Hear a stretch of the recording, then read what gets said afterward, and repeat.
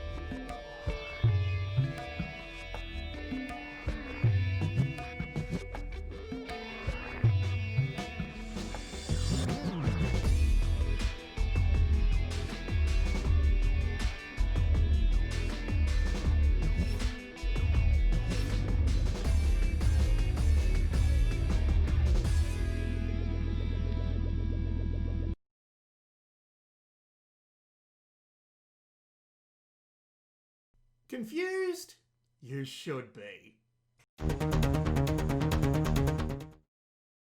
Hello ladies and gentlemen, this is Blue Maxima, and I'm here playing what might arguably be the weirdest thing I have played in a long time, and also one of the worst things I've played in a long time, but not for lack of trying. This is King of Crusher.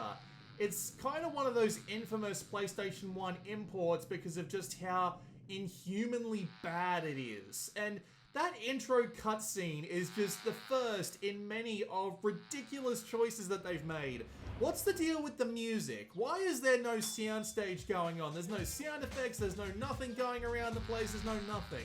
Why is the man so mortified at what must be the appearance of his own child? And why does none of this ever come back up again? It just happens. It's so strange. I don't understand what's going on. And it gets even worse in this cutscene here too. Like, why does his skin go purple? Why is his coffee cup filled with nothing but foam? There are so many questions. There are so many questions. But if I continue asking questions, I'm afraid I'll never get answers, and this video will be an hour long. And I'm going to try shortening them down a bit, because the length that some of these videos have been recently has been ridiculous. But nevertheless, let's talk about the game itself. An evil fly bites the protagonist, and he gets really mad and starts beating the shit out of things. And this eventually turns into, he eventually turns into some kind of lizard man, which turns into some kind of dinosaur, which then turns into, as you might expect, Godzilla. Because of course, none of these games can ever end without the protagonist going into some form of 2-bit Godzilla.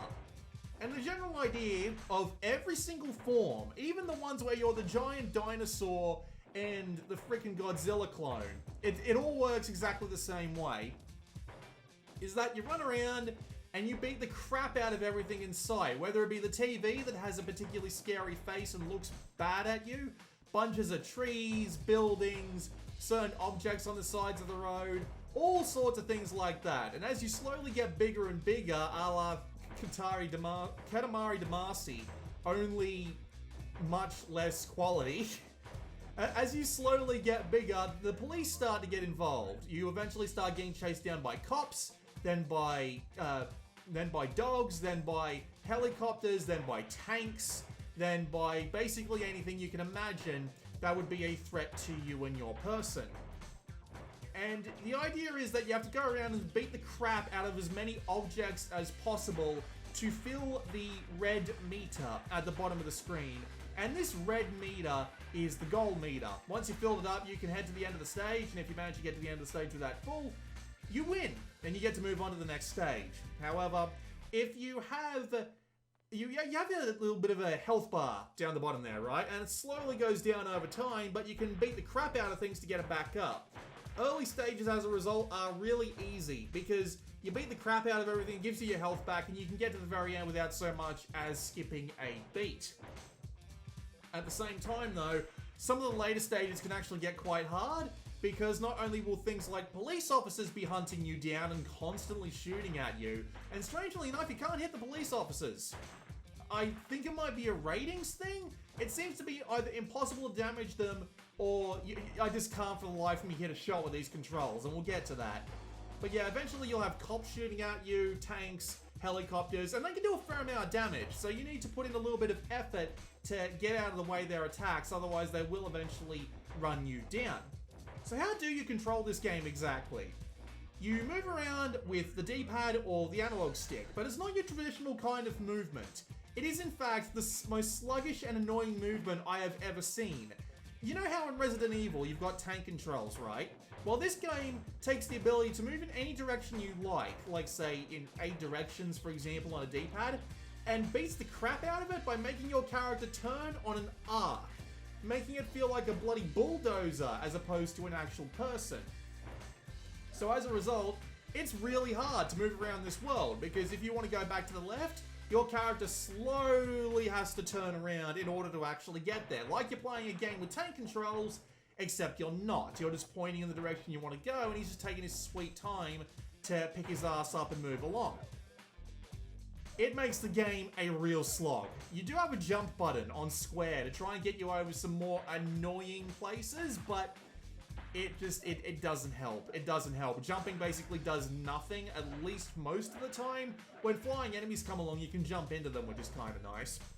The rest that you have to worry about is all on your face buttons. So triangle will attack with your head, circle will attack with your arms, X will attack with your legs. So you can hit generally in their particular heights. So legs are good for stuff on the ground, headbutts are good for stuff that's really tall, and punches are a little bit of an in-between. But it's really freaking hard to hit anything because of the controls. Because you're moving around in this bloody tank-like circle, and you're trying to position yourself next to an object you need to hit, and the collisions are really tight. Despite the fact that objects are huge and it's very easy to find yourself blocked, if you're not facing it at a very precise angle, you won't be hitting shit. So it makes it really difficult, because in order to get all of the objects in the level, you need to go to all of them, get on the exact right angle, beat the crap out of them, which usually involves giving them multiple hits, and then moving on to the next. This also makes the gameplay really repetitive and boring, but it's also not helped out by the camera, which is up your arse the entire time. You can heighten it and lower it with the L1 and the R1 shoulder buttons, which is just silly, because it doesn't really help you out at all, but you can't turn it to the left or right. It's always facing forward. And the levels in this game are always too wide to fit in the entirety of the screen.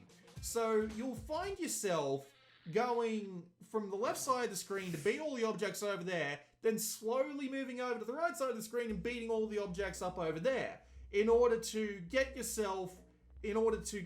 all of the objects in the level. Except if you're like me, you'll just eventually get sick of that and just fill up your meter and head for the end, because there's not really that much else you can do. And that's just frustrating, because there are actually a couple of mechanics which I think are kind of neat. Mainly a couple of things that they kind of implemented but didn't. Notably, if you're playing as the human and only the human, holding down the L2 button and pressing either the kick or the punch button will do special moves that you normally can't do otherwise. None of the moves seem to do more damage than any of the other moves on any particular objects. So you're just going to be hammering away at the buttons anyway, it doesn't really matter. Excuse me. So you're going to just be hammering away at them anyway. So there was a possibility for special moves there that just never came about. There's also another mechanic that they use from time to time, which is you have the ability to kick certain objects, and if you do, they actually go flying and they're able to knock over other objects. Which is a neat idea, but they barely use it. So you might get like a combo off and not even realize it, because there are enemies around that might be shooting at the same thing, but you will have been the one to do a little bit of a combo kick, and it would have been surprisingly satisfying if they actually bothered to implement it. But the absolute majority of the game is moving up, going to the left and right to destroy objects, to get some health back, maybe fight off a couple of enemies, especially when they start actually inhabiting vehicles so that you can actually hit them. And then you can just go to the end. And that's it, over and over. Some of the stages are extremely long and really frustrating. Some of them are really short and actually kind of enjoyable, like being able to beat the crap out of this power depot here. There's no story to speak of whatsoever. It's just the bug talking to you in cutscenes between sets of levels, and it's poorly translated. There are a fair few just like weird things that a normal English person wouldn't say going on in them, and it can be a little bit depressing reading that, because you would think, considering this is meant to be a fan translation, that they would have spent a little bit more time making sure it was right before it got put up on the internet. And I don't blame the guy who was actually the source for this translation, because apparently they took this from an English playthrough of the game on YouTube that was just put up by a guy, and then 2 other people were like, hey, let's actually hack this into the game. So they did. However, they forgot to change one thing, which is the accomplished text on the end of level screen. And note that I didn't say accomplished, because that's what it actually says. It's got a typo in it. But as it turns out, that's actually in the original game. Why they didn't go to the effort of fixing that, I don't know. Maybe just to keep this game's translation as bad as the actual gameplay is. Hell if I know. It's hilarious though. It's stupid, but it's hilarious. And it's a shame, because the game's actually got a fair bit of potential. Because there are a couple of like set piece missions which are relatively small, but actually work pretty damn well. Including the one where you actually have to go and attack the Tokyo Tower. That mission is a lot of fun. But for some reason, I can't even imagine. It feels like this game came out in the space of like 3 months after it started development. It's incredibly clunky. The attacks aren't worth anything. They aren't even remotely satisfying to pull off. The just overall control of your dude is just so sloppy that it's just unpleasant to play. And the overall length of some of the stages just makes the game an absolute chore. Isn't helped out by a lack of variety in attacks, because they all do the same thing. And it's just weird. The cutscenes are freaking weird. The music is freaking weird. The lack of sounds is freaking weird. Like, there are so few sounds for what I should be hearing when I'm going around and beating the crap out of all these buildings as a gigantic Godzilla 2-bit clone. But it's not here. And it just doesn't work. It's an absolutely terrible game with just that slight bit of potential in there. But it seems like that nobody knows how to do giant monster games right if they're not fighting other giant monsters. And that makes this entire thing very disappointing. The game's got like 16 stages, and I stopped at stage 12 because I was so freaking bored with how repetitive the game itself is that I was just like, nah, screw this, I'm done. It's also got the ability to use the DualShock. As to what that brings in any sort of benefit, I don't know. And you can also change the difficulty. I played through on normal, and I found it really hard to care. That's pretty much it. It's not worth your time in the slightest. You've seen most of the cool bits here, and there's probably like a couple of other missions which might have a couple of cool set pieces. To be fair, it's not the worst looking PlayStation 1 game I've ever played, but it's still kind of unimpressive just on the base of it, and the cutscenes really do bring it down a few notches, man. Just seriously, nothing but foam in that coffee cup. It just weirded me the hell out. But yeah, that's it. This has been Blue Maxima. I'll see you all next time.